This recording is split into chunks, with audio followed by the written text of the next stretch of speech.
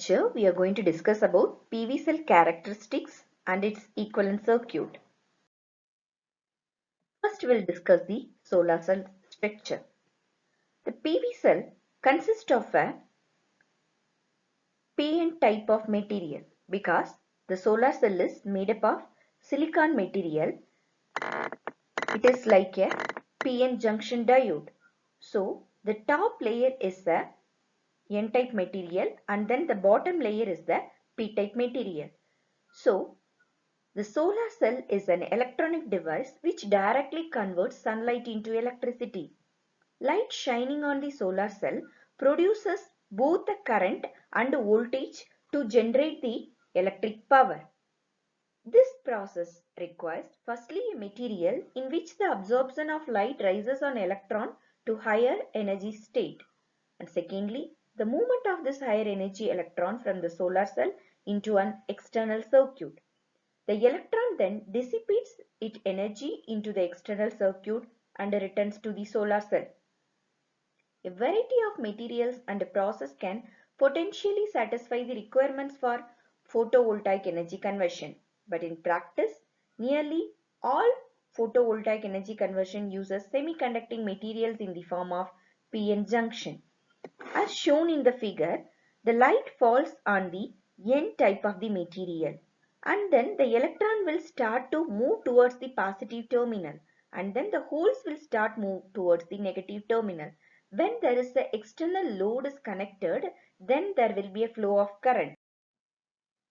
The basic steps in the operation of solar cell are the generation of light generated carriers, the collection of the light generated carriers to generate a current, the generation of large voltage across the solar cell, the dissipation of power in the load and in parasitic resistances. So now we will discuss the PV cell characteristics. As shown in this diagram, this is a PV cell. This is a N type of material and bottom is the P type of material. These two are the metal contacts. So, when sunlight is falling on the N type of material, then the electron will start move towards the N type material to the negative junction and then to the positive junction and then to the P type material. So, when there is a light falls on the N type of material, the electrons will move towards from the negative terminal to the positive terminal and then to the P type of material. So, this flow of electrons will create the flow of current. So now we can able to see that as we discussed already, it is a PN junction material. So we are going to use a silicon diode. So here the diode is connected to the external circuit in which the current flows from the anode to cathode. So you can able to observe the voltage VAK. So it is anode to cathode. So VAK is positive and the current IAK which is flowing inside is a negative. So the power flow into the diode is also negative. So there is a here the diode is acting in a sink mode. It is not generating the power, it is sinking the power. So the diode is connected here and there is a voltage available across the terminal A and K. So since the current is flowing from anode to cathode, so we all know that the diode is a unidirectional. So the current will flow from anode to cathode. So VAK is positive and IAK is negative. So the power is a negative. So the diode is sinking, not generating. So, but as a PV cell, we are using the PV cell to generate the electrical energy. So, as I told, to make the diode to operate in the generating mode instead of the dissipating mode. So, we are going to discuss how to make the diode to generate, not sink. So, as we know the characteristics of the diode, so the IV characteristic of the diode will look like as shown in the diagram. So here the voltage is positive and the current also positive. So if both are positive means the power can flow into the diode. It will not sink. So the diode can generate the power. So what does it mean by that? So we have to get the working component of the diode in the first quadrant. So if we are making that operation in the first, instead of first quadrant, in the fourth quadrant, we can able to obtain this.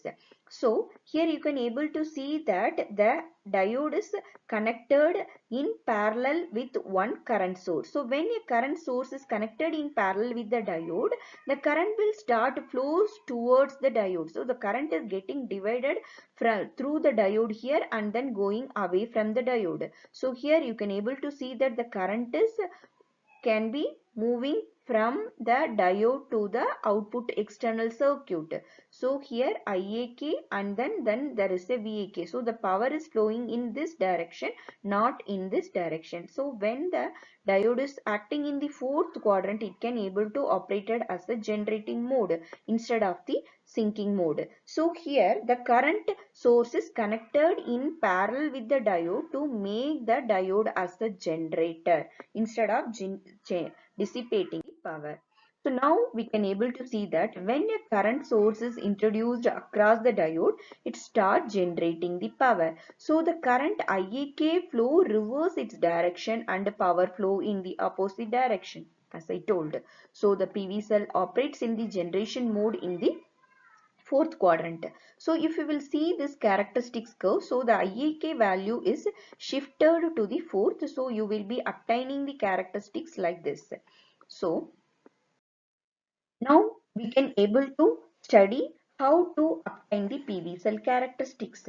So as I told you, the photon current depends on the solar radiation intensity. So when the solar, so here as I told you that the current source is connected in parallel with the diode. So this current source is connected in parallel with the diode. So this current is nothing but the photon current which we are obtaining from the sunlight. So this photon current is depends upon the solar radiation intensity. When the value of IP is 0, the characteristic curve is like a diode. When the IP value increases, the characteristics curve becomes as shown in this. So therefore, to higher the incident power, the curve will shift to the fourth quadrant and it generates the power. So here a current source is connected in parallel. So here the sunlight will be falling on. So as here the sunlight is falling on this. So when the sunlight is falling on this, the radiation is produced as we discussed previously. So the current, because of that, there will be a movement of the photon which leads to the flow of L current. So this current is getting divided as a diode current and then load current. So this ID is flowing here and IAK is flowing here. So IAK is flowing positive and the value of VAK also positive. So the power is flowing to the external circuit. So the diode is generating the power, not sinking the power. So if we are, as we have seen in the previous curve, it is, we have obtained the curve as in the fourth quadrant like this. So but for the analysis purpose, we are going to shift our curve, that is flipping, we are going to do this one. So this is only for the analysis purpose. The negative axis is considered as the positive axis. So the PV characteristics is flipped for the analysis of equivalent circuit. So this you will be getting the value of I value and here you will be getting the value of VOC. So in this manner, so this is what the diagram for the PV characteristics. So this is a IV curve. So in this IV curve, the red color curve is the IV curve. So V is in the x-axis, that is the open circuit voltage, and I is the short circuit current which is in the y-axis. So when we are flipping, so our curve will be in this red color curve, that is the IV curve. Then this blue color curve shows the power from the solar cell. So the point at which it is meeting the y-axis is the IAC, short circuit current, and the point at which it meeting the x-axis is the open circuit voltage V. So this is a blue curve which will give us the power versus voltage curve. So this one is the peak power and this one is the peak voltage and current. So at this point of peak value of, that is the product of voltage and current, we can able to, when it is maximum, that corresponding value of the power is the maximum power. Now we will discuss about the equivalent circuit model of a PV cell. So as we have discussed, the equivalent circuit model defines the entire IV curve of a cell. module or array as a continuous function for given set of operating condition. One basic equivalent circuit model in common use is the single diode model, which is derived from the physical principle and represented by the shown circuit for the single solar cell. So as previously discussed, so this is the current source and this one is the diode. So when both are connected in parallel, there will be existence of one resistance, that is a shunt resistance, and one more resistance, that is a series resistance in series with this diode. So now we will discuss how this series resistance and shunt resistance plays a vital role in the equivalent circuit of a PV model. So, the characteristic resistance of the solar cell is the output resistance of the solar cell at its maximum power. If the resistance of the load is equal to the characteristic resistance of the solar cell, that is, if the resistance of the load is equal to the characteristic resistance of the solar cell, then the maximum power is transferred to the load and the solar cell operates at its maximum power point. So, to obtain this maximum power point, we have to find out the value of the resistance as maximum value of the voltage divided by maximum value of the current. So this is the inverse slope of its characteristics resistance.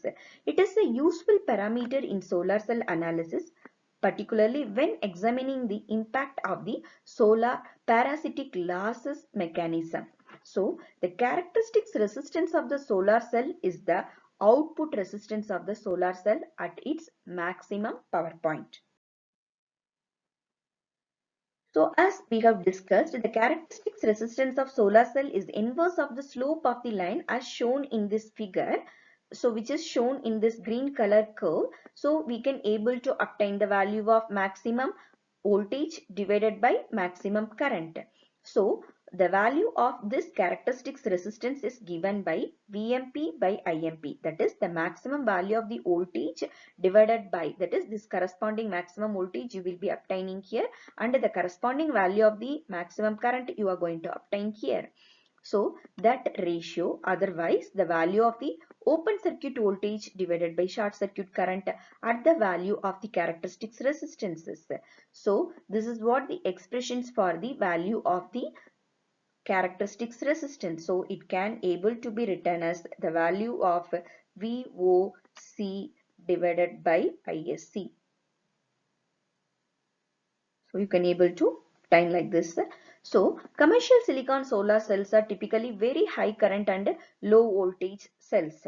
So for example, a 156 mm square solar cell has a current of almost 9 amperes and a maximum power point voltage of 0.6 volts, giving a characteristics resistance around 0.067 ohm. As a consequence, the connections to a single cell require resistance in the milli-ohm range. Now we will discuss what is the effect of the parasitic resistances in case of a solar cell. So this is the equivalent circuit as we discussed previously. The current source is connected in parallel with the diode and a shunt resistance is connected in parallel. Apart from that, there is one more resistance, series resistance also connected.